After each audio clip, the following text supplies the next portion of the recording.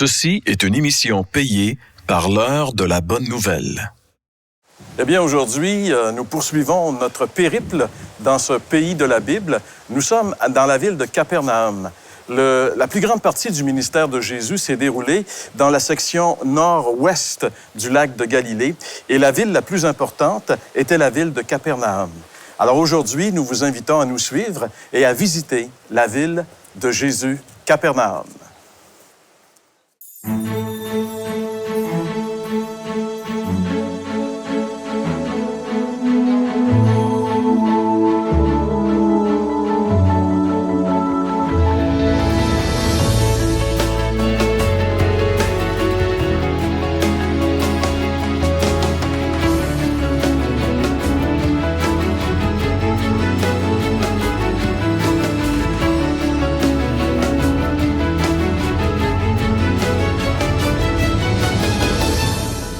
Alors, on est aujourd'hui dans la ville de Capernaum. On est présentement dans la synagogue de Capernaum. On sait que la ville de Capernaum a été une ville très importante dans l'histoire de Jésus. Après avoir quitté Nazareth, il est venu s'installer ici. Et dans cette ville, il va se produire un tas de choses étonnantes parce que Jésus est là.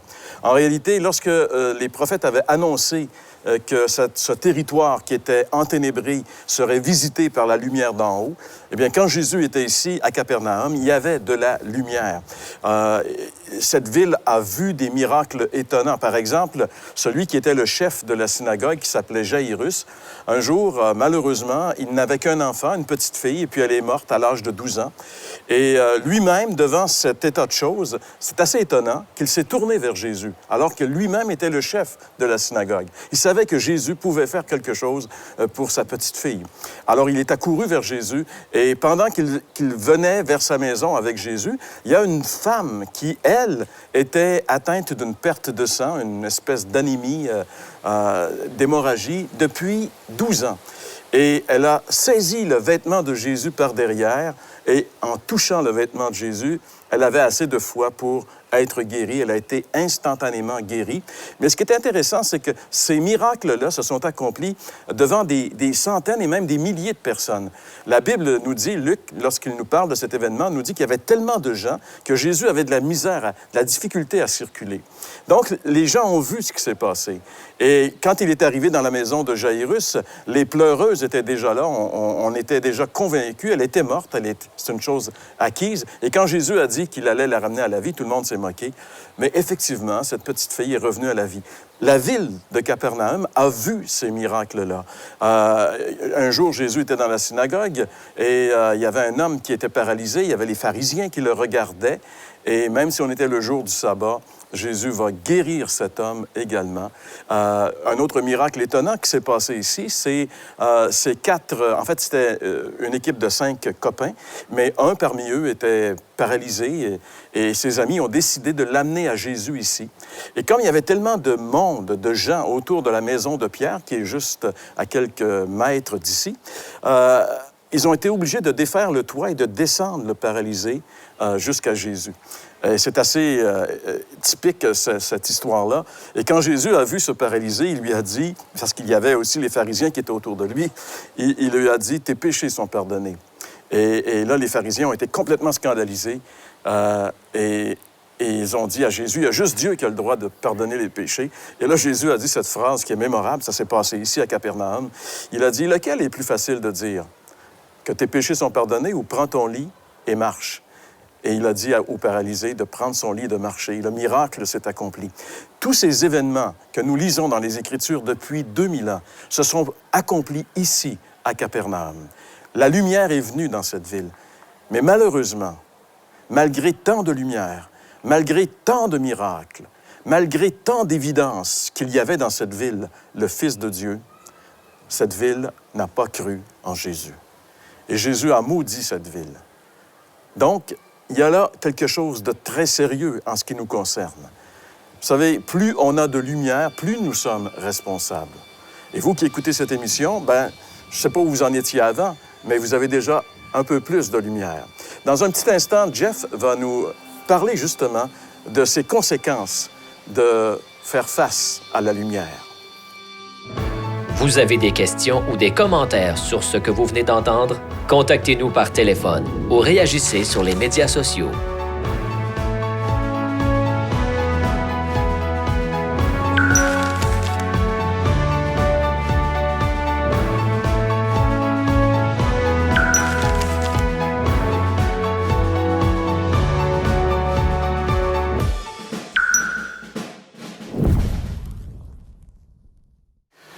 Donc, dans cette synagogue où Jésus, finalement, a parlé, comme vous pouvez voir en arrière, il y a plein de gens qui viennent du monde entier pour entendre ce que les pierres sont en train de crier. Peut-être qu'on a fermé le message d'une certaine manière, mais les pierres continuent à parler, à annoncer l'Évangile. Jean-Pierre nous a expliqué que dans ce petit village qui est devenu un lieu historique ici, puis que des gens visitent de partout, les gens sont venus parce qu'il s'est tellement passé de choses que, pour prendre un petit peu une expression de chez nous, de certains politiciens, toutes les conditions étaient gagnantes pour qu'on puisse comprendre, au fond, où Jésus voulait en venir. Toutes les conditions étaient gagnantes. Les gens étaient guéris de leur maladie, des démons étaient chassés, des paralytiques étaient guéris, se mettaient à marcher, même des morts étaient ressuscités, des gens qui étaient malades depuis des années. Jésus venait de faire la veille une multiplication de pain et de poissons où une foule de 5000 hommes, sans compter les femmes et les enfants, avaient été nourris. Il en avait resté 12 paniers de non touchés, de restes, à partir de quelques pains, quelques poissons. Jamais les gens ont entendu quelqu'un parler comme il a parlé. Il a révélé finalement le conseil de Dieu d'une manière tellement claire. Et pourtant, chose étrange, les gens n'ont pas cru. Et c'est pour ça que cette ville a été détruite après. Comme Jean-Pierre nous l'a rappelé, ici, il s'est passé un tremblement de terre. C'est pour ça qu'on a même l'expression, c'est un Capharnaüm. C'est un chaos.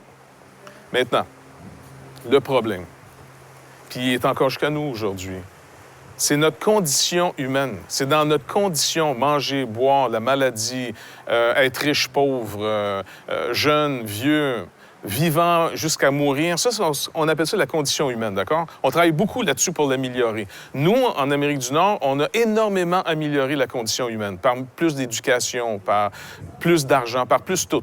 Maintenant, après avoir tout réglé en surface, pour la plupart des gens, beaucoup de leurs problèmes, on commence à réaliser que notre problème, il est en nous. Il est plus qu'à l'extérieur de nous, il est en nous. Jésus n'est pas venu proposer, finalement, de guérir tous les malades. C'est pas un évangile équilibré quand on vous dit « Venez à Jésus, vous allez guérir toutes vos maladies ». C'est pas vrai. Jésus-Christ peut nous guérir de nos maladies encore aujourd'hui, mais pour nous communiquer un message plus important. C'est pas physiquement que j'ai besoin d'être guéri. J'ai besoin d'autre chose. Ma nature humaine est complètement séparée de Dieu. Dieu aurait beau reproduire, comme Jésus a fait pendant une période de temps ici, quasiment un paradis. Un lieu là, où est-ce qu'on, rencontrant Jésus en personne, tous les problèmes physiques pouvaient être réglés. Mais ça ne réglait pas le vrai problème. Les gens restaient séparés de Dieu. Nature humaine ou condition humaine? Condition humaine, maladie, guérison. Avoir faim, manger. Avoir soif, boire.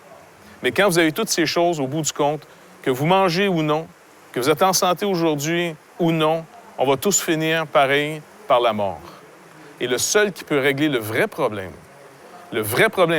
écoutez, par tout ce qu'il a fait, il a voulu révéler le vrai problème. Le vrai problème, il est dans ma nature humaine qui est complètement séparée de Dieu. Donc, si je ne comprends pas ce point, je fais, au fond, de l'Évangile quelque chose de faux. Et là, beaucoup d'arnaqueurs sont là et qui vous attendent. Vous avez peur, vous êtes vulnérable, vous êtes malade. Beaucoup de gens peuvent abuser de vous aujourd'hui par rapport à cette condition humaine. Comprenez une chose, Jésus n'est pas venu régler le problème dans le monde. Il nous l'a rappelé. Parce que les gens ici, devinez ce qu'ils ont voulu faire. Ils ont voulu, les gens ici, faire de Jésus le roi. Tu vas être notre roi. Au moins, on va avoir quelqu'un qui ne sera pas corrompu en politique. Tu vas être celui qui va nous guérir de toutes nos maladies. Tu vas être plus que la médecine de l'époque. Tu vas être celui qui va nous pourvoir notre nourriture. On n'aura plus jamais faim. Tu vas nous protéger, nous délivrer des Romains. Ils attendent quelque chose pour eux de concret. Mais le Seigneur Jésus-Christ comprenait très bien qu'il ne recevait pas du tout son message. Nous, aujourd'hui, on est face au même dilemme. On entend la parole de Dieu comment? Simplement à cause de la condition humaine? Changer ma condition humaine? C'est la nature humaine qui est le problème.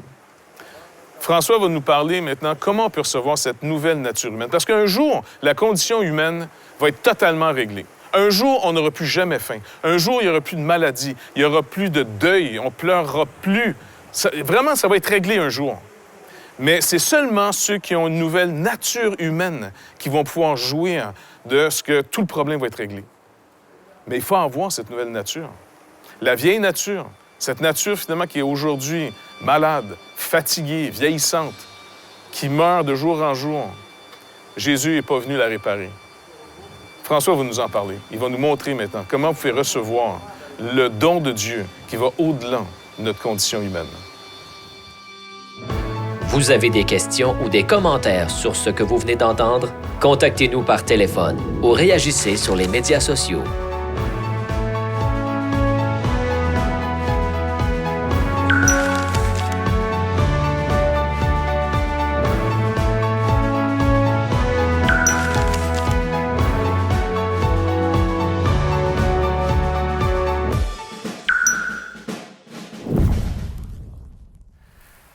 Comme Jeff vient de nous mentionner, la condition humaine, c'est normal qu'on veuille l'améliorer.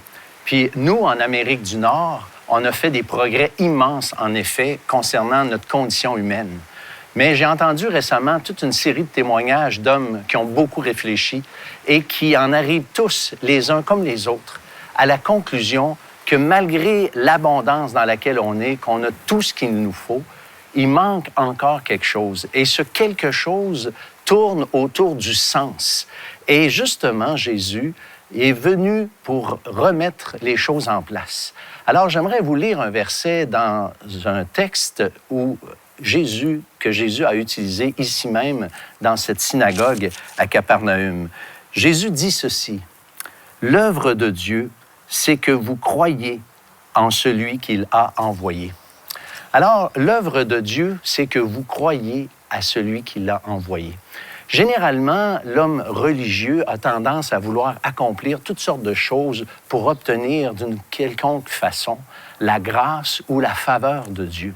Lorsque la religion, en effet, généralement nous dit de faire des choses et de ne pas faire certaines choses. Mais ce n'est pas du tout le langage que Jésus va utiliser. Il dit ici, l'œuvre de Dieu, ce n'est pas de faire des choses, mais de croire à quelque chose. Et cette croyance, cette foi que Dieu nous demande de faire, d'avoir, c'est de croire dans l'œuvre que Jésus a accomplie. Alors, on n'est pas sauvé par ce que l'on fait, mais on est sauvé à cause de ce que l'on croit. Et ce que la Bible enseigne, c'est croire non seulement que Dieu est celui qui nous a créés, croire aussi que Jésus est vraiment le Fils de Dieu qui est venu dans ce monde pour régler et changer cette condition humaine qui bientôt, dans sa présence, sera quelque chose du passé et que l'œuvre qu'il a accomplie ici, quand il est venu dans ce monde, c'est ce qu'on appelle l'œuvre de la croix. Jésus étant innocent, Jésus a pris sur lui notre responsabilité, a porté le fardeau de nos péchés. Oh, si vous saviez, quand Jésus a dit « Mon Dieu, pourquoi m'as-tu abandonné » lorsqu'il était sur la croix, chacun d'entre nous peut mettre son nom, puisque c'est pour nous qu'il l'a fait. Alors, je vous invite aujourd'hui de considérer tellement cette offre merveilleuse que Dieu nous propose, de croire à celui qui l'a envoyé. Et la Bible dit que nous aurons le pardon, la vie éternelle. Et que maintenant, comme Paul le dit, on est sauvé en espérance. La condition humaine reste la même, mais bientôt, dans sa présence, ce ne sera que chose du passé. La mort, comme Jeff nous l'a rappelé, la souffrance, la maladie, les pleurs ne seront que du passé. Alors, vous qui nous écoutez aujourd'hui, on vous invite à prendre un temps d'oser remettre en question peut-être votre conception de toutes ces choses qu'on trouve dans la parole et de remettre en question au point de considérer maintenant ce texte, ce simple verset que je viens de lire avec vous. L'œuvre de Dieu, c'est que vous croyez à celui qui l'a envoyé.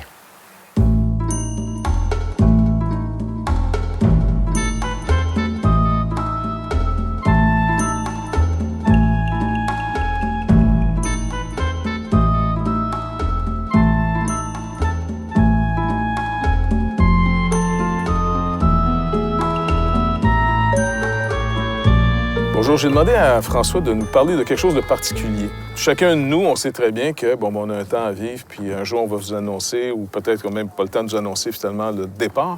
Mais j'ai des amis qui ont malheureusement eu des maladies comme le cancer, tout ça. Et François, c'est-à-dire pas Jean-Pierre, François me racontait que lui aussi, il a déjà eu, à une période de sa vie, le cancer. Ce que je voulais que François, on est vraiment une équipe incroyable. François nous raconte, c'est comment on peut se sentir. Parce que souvent, on veut aider, on veut consoler, on veut encourager les gens qui reçoivent une très mauvaise nouvelle. Puis j'ai l'impression, des fois, qu'on fait plus de tort que de bien et on oublie dans quoi les gens sont lancés. Là. C'est comme un no man's land là, que tu viens de rentrer. Fait que j'aimerais que tu nous parles un petit peu, il y a plusieurs années, quand le médecin t'a annoncé que tu avais le cancer. Puis en plus, ça avait l'air que tu as un cancer assez violent. Comment tu as vécu ça? Bien, d'abord, il faut dire, techniquement, là, la maladie, c'est un mélanome que j'avais dans un œil. Et un mélanome, c'est extrêmement... c'est pas virulent dans le sens que ça se répand rapidement, mais c'est pas tuable. Okay. Robert Bourassa, l'ex-premier ministre du Québec, est mort de ça. Lui, c'était au niveau de la peau, mais moi, c'était localisé dans un œil. Alors, oui, j'ai vécu des moments un peu spéciaux parce que ma femme est enceinte de notre 4e enfant.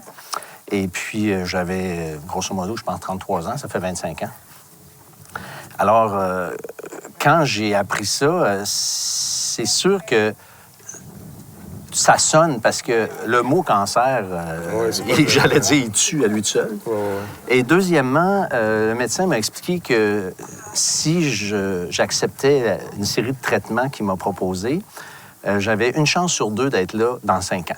Une chance sur 2? Une chance sur 2 d'être là dans 5 ans. J'ai 33 ans, grosso modo, il faudrait que je vérifie. Alors, tu comprends que c'est sérieux. Et puis, à l'époque, j'étais en train de me faire construire une nouvelle maison. Et à Québec, il y a une maison qui s'appelle la maison Michel Sarrazin. Ça, c'est une maison pour mourants. Et j'avais dit à une sœur spirituelle là, dans l'Assemblée, j'avais dit, je pense que je me fais construire une maison Michel Sarrazin. C'était une place, là, il y avait un lac, c'était une place en campagne. Puis je me dis, regarde, Dieu, il s'est terminé avec moi éventuellement. Là, tu préparais à ça. Là, ah oui, écoute, il m'a pas dit que j'allais mourir, le gars. Mais c'était assez sérieux, en tout cas dans mon esprit. En disant que tu as une chance sur 2, c'est pas énorme, ça. Exactement. Tu sais, je veux dire, c'est du gambling. Mais là. quand tu es là-dedans, dans cet état-là, tu vois la vie comment? Là? Écoute, on sait tous qu'on va mourir, OK? Mais là, c'est comme personnel. Ouais. Là, tu as le compte à rebours, tu l'as entendu, le médecin te le dit, c'est plus les autres. Ouais. Là, ça casse l'illusion que tu pèles par en avant toujours, c'est les autres, on n'en parlera pas, ça n'arrivera pas. Ouais. Comment on se sent là-dedans? Qu'est-ce qui arrive, là? Bien, tantôt, en dehors de la caméra, tu me disais qu'il y a comme... t'es isolé. Pas dans le sens que t'es isolé, t'es tout seul, mais t'es tout seul à avoir ce problème-là. Tu sais, les autres, là, peuvent parler de Noël l'année prochaine, puis dans 2 ans, 5 ans... Mais toi, ça se peut que tu sois là. La preuve, je le suis, là, 25 ans plus tard. Mais à l'époque, c'était pas évident du tout, cette perspective. Mais moi, j'étais déjà converti, chrétien, à ce moment-là.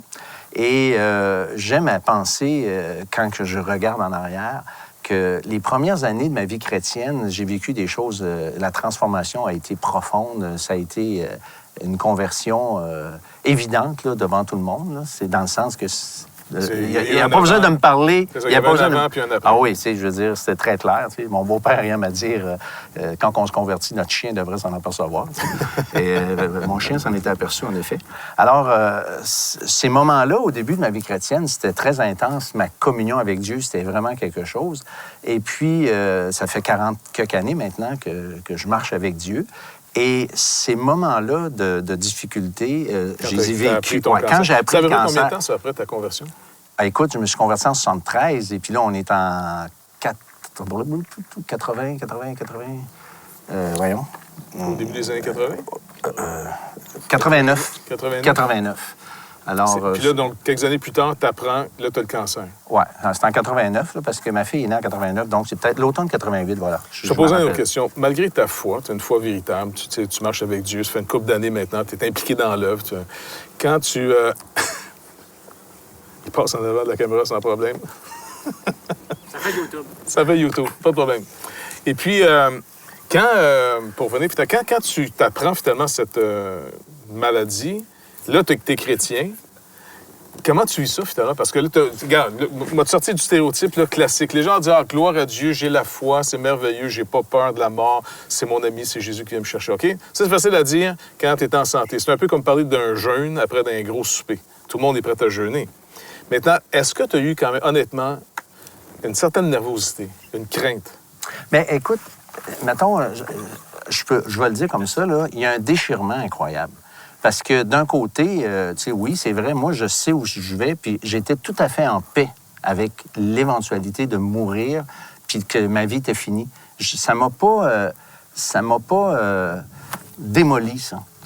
Mais de l'autre côté, j'ai beaucoup pleuré parce que, écoute, je laissais ma gang, là, ma femme, un enfant qui n'est pas né. Un enfant qui n'est même pas né, 3 autres enfants, ma femme avec des responsabilités.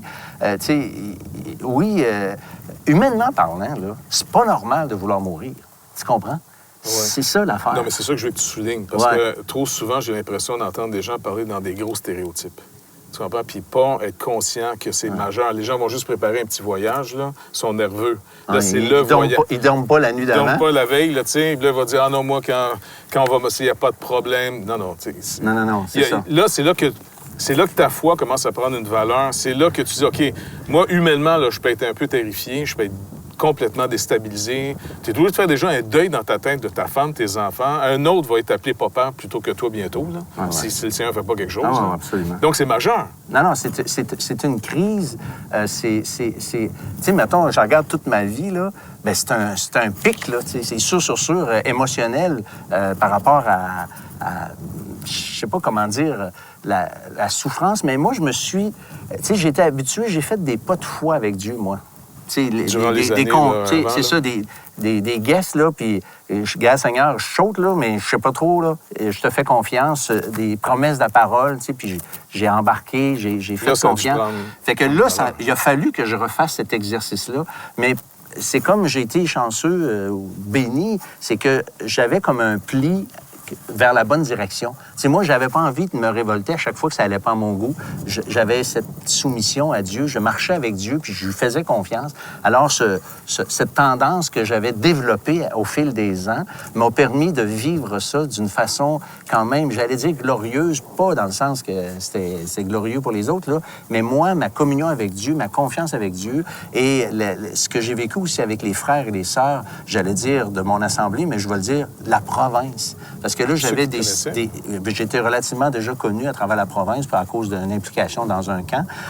C'était même pas l'heure de la bonne nouvelle à l'époque.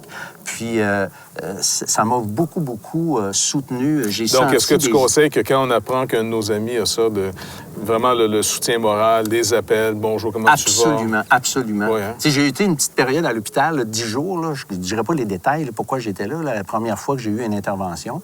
Et puis, ma femme n'avait pas le droit de venir me voir parce qu'elle était enceinte, justement, puis j'avais de la radioactivité. Et puis, là, pour lui donner un rapport juste, j'écrivais les noms des personnes qui venaient me voir à l'hôpital. Et imagine-toi donc que dans l'espace de 11 jours, j'ai eu 110 personnes qui sont venues me voir à l'hôpital. Et sans compter tous les appels, puis tout ce que j'ai eu. Alors, j'ai eu un soutien incroyable. Mais quand on est dans une famille spirituelle, la famille de Dieu, il y a déjà, juste en soi, une famille spirituelle qui nous soutient, qui est incroyable. Puis, en plus, cette confiance dans la parole de Dieu. Là, ça a du poids, là. Tu sais, écoute, des fois, là, tu t'accroches après quelque chose, puis ça glisse, là. Mais là, j'étais pogné, là, solide, à cause des promesses de la parole de Dieu. Mais j'avais expérimenté ces promesses de Dieu-là auparavant. Je ne sais pas si j'aurais pu vivre ça d'une façon comme je l'ai vécu si j'avais pas été exercé à faire confiance à Dieu, tu comprends? Oui. Mais c'est un peu ce que on peut même mettre application de ce que Paul dit à Timothée, exerce-toi la piété. Exact. Donc, dans la vie de tous les jours, au travers des petites frustrations, au travers des changements de programme, le Seigneur, finalement, nous attend là. Et c'est là que tu développes une certaine expérience de la fidélité de Dieu. Que quand tu arrives dans un moment assez majeur, là, tu arrives dans quelque chose de gros. Absolument. Tu vois, François, merci beaucoup parce que je pense que ça peut vraiment aider des gens qui passent peut-être des temps difficiles. Ils ont appris qu'ils ont un cancer. Ils ont appris le deuil de quelqu'un ou dans le sens... Je pense que c'est important. La chose que je conseillerais à ceux qui nous écoutent, là, c'est que si vous n'avez pas expérimenté des choses intenses comme celle-là, puis vous avez devant vous quelqu'un qui a expérimenté quelque chose d'intense comme ça, prétendez pas comprendre. Soyez juste là. Et posez-lui des questions, mais donnez-vous pas un exemple, c'est peut-être pas une bonne idée. Merci, François. Bon témoignage. La série complète sera disponible sur DVD dès la fin de la saison. Pour commander, écrivez-nous à L'heure de la bonne nouvelle, casier postal 26006, Trois-Rivières, Québec, G8Y7M1. Vous pouvez également le faire par courrier électronique à info@hbn.ca. Aujourd'hui, c'est mon départ. J'aimerais tant vous arrêter pour parler de ma vie et ce que j'ai appris, parfois durement et parfois simplement. J'ai cherché à répondre aux grands mystères. J'ai trouvé le grand amour, celui qui donne sans retour. Il a sauvé ma vie, c'est pourquoi je l'ai suivi. Qu'attendez-vous pour vivre? Qu'attendez-vous pour croire? Qu'attendez-vous pour découvrir que c'est Dieu qui donne l'espoir?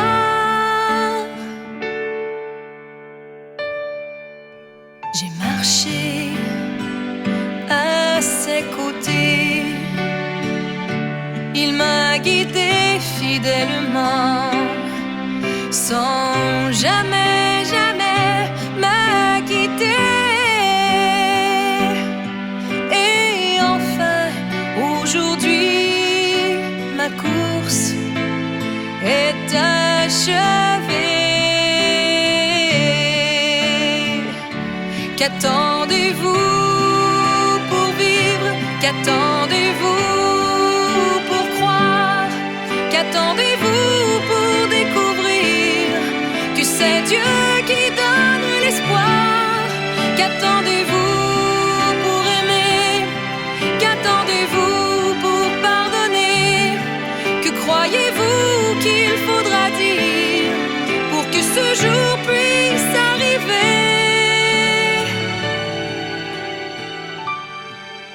Eh bien voilà, c'est tout pour aujourd'hui à l'heure de la bonne nouvelle. Nous vous donnons rendez-vous la semaine prochaine alors que nous allons découvrir une autre facette de cette ville qui s'appelle Capernaum. Passez une bonne semaine et à la semaine prochaine. Ceci était une émission payée par l'heure de la bonne nouvelle.